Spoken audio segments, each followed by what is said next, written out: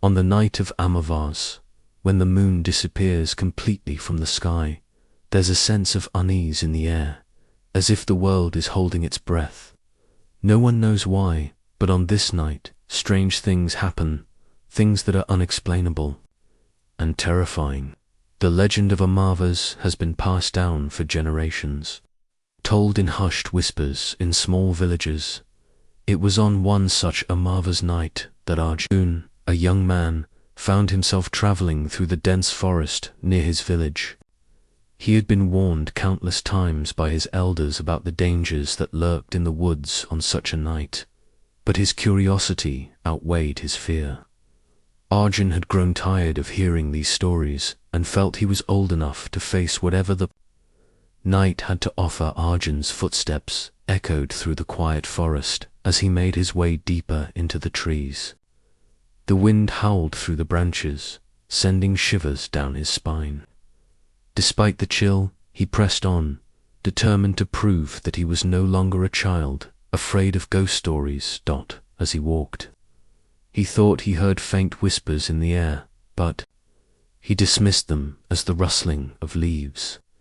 The deeper he went, the more the forest seemed to change. The trees grew taller and twisted in strange angles, their branches reaching toward him like bony fingers. The moonless sky above felt suffocating, and Arjun began to feel the weight of the night pressing down on him suddenly. A cold gust of wind blew through the trees, and a figure appeared before him. Arjun froze, his heart racing in his chest. The figure was a woman, draped in tattered white robes. Her long black hair hung round her face, obscuring her features, but there was something haunting about her presence. "Who are you?" Arjun asked, his voice trembling. The woman did not respond. Instead, she slowly raised her head, revealing pale, lifeless eyes that seemed to pierce through him. A wave of dread washed over him, and he felt his legs weaken.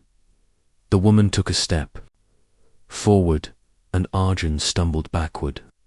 His eyes never left hers as she moved closer, her presence growing colder with each passing second. The air around her seemed to shimmer with an unnatural energy. "You shouldn't be here." The woman finally spoke, her voice hollow and distant, like it was coming from the depths of the earth. "This is not a place for the living, Arjun." Mind raced. He had heard tales of vengeful spirits, of restless souls who wandered the earth on Amavas nights, but he never believed in them.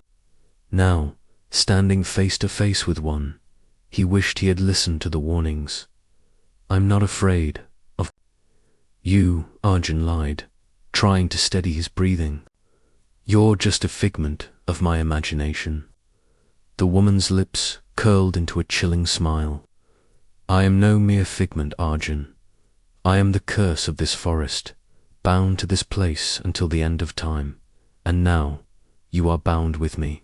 Before Arjun could react, the woman raised her hand, and an overwhelming sense of darkness engulfed him. His vision blurred, and he felt his body grow weak, as if something was draining the very life force from him. The air around him turned thick, suffocating, and he struggled to breathe. His legs gave way, and he collapsed to the ground, unable to move or speak. The last thing he saw before losing consciousness was the woman standing over him, her hollow eyes staring down at him as she whispered, "You will never leave this place." When Arjun awoke, it was dawn.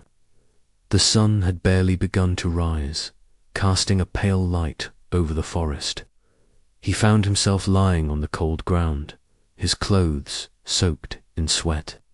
His body felt weak, as though he had just been through some kind of ordeal, but he couldn't remember how he had gotten there.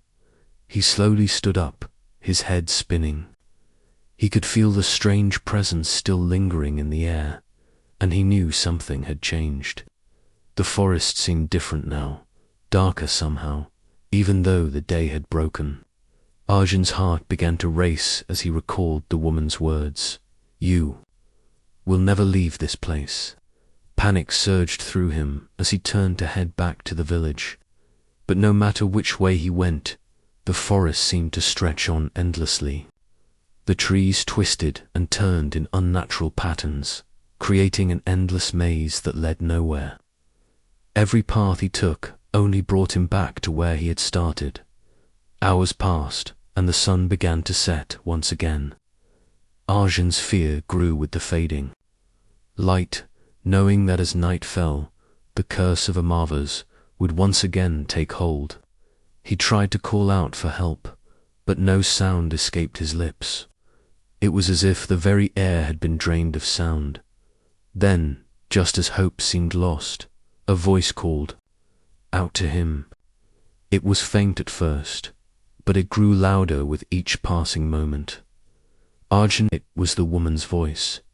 He turned around, and there she stood once again, her pale eyes glowing in the darkness. This time, there was no smile, no hint of amusement, only an empty void that seemed to consume everything around her. "You should have never come here," the woman said, her voice a cold whisper in the night. "Now you belong to the forest, and the forest will never let you go."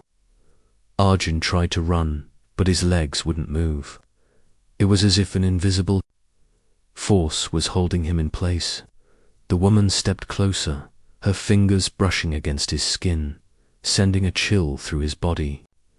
He could feel the weight of her curse sinking into him, twisting his soul. And he realized with horror that he was no longer the person he had been. The woman's presence consumed him, and the forest closed in around him. There was no escape. There was no way out. Arjun was trapped in the cursed forest, bound to the woman's will, forever a part of the nightmare that was Amavas. And so, the legend of the cursed forest grew, as every year, on the night of Amavas, another soul would vanish into the darkness, never to be seen again.